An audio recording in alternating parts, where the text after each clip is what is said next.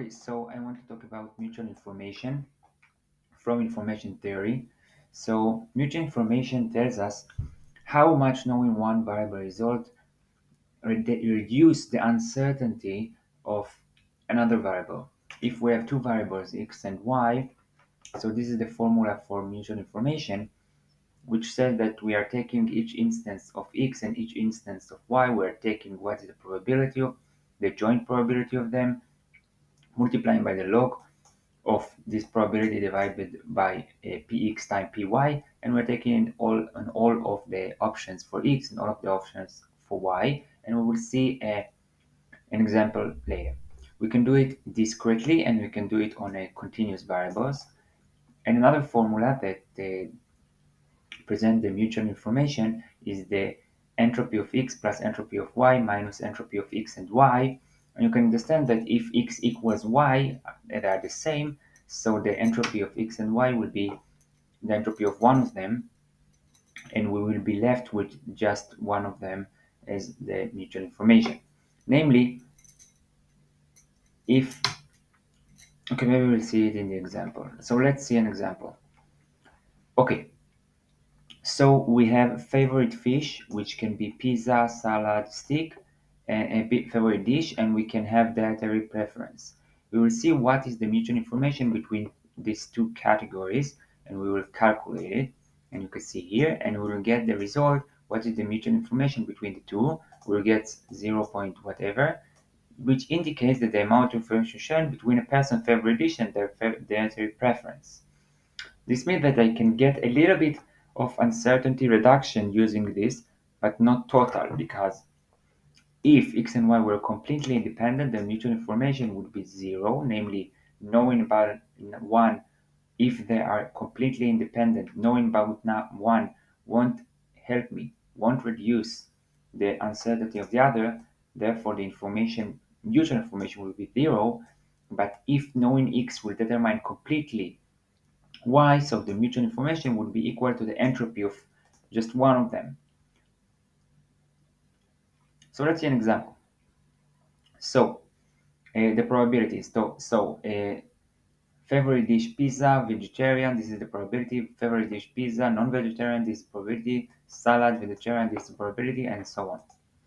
Now we can marginalize and get the x and y probabilities. So probability of x is marginalizing all of the result.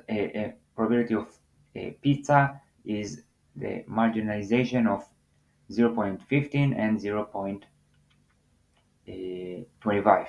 So here is the probability for pizza. The probability for salad is this plus this. Probability for steak is this like this.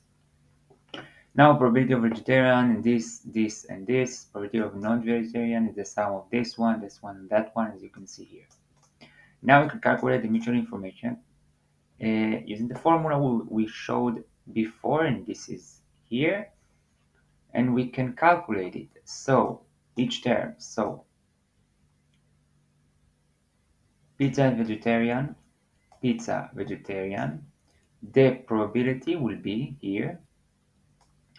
Okay, this one is that one because this is here, times log 2 of this one is the same as that one, so it's 0.15 divided by the probability of x, which we saw is this one, so here it is, and probability of y, which we saw is this one, which is again this. Okay, so we got a probability for pizza and vegetarian. We're going to the next one, pizza and non-vegetarian. We're calculating the probability, joint probability. We know the joint probability times log 2, log to the base of 2, the joint probability of x and y divided by the probability of x, again it's pizza, so here it is, and probability of y, which now is non-vegetarian, so here it is. So we are calculating and getting this one.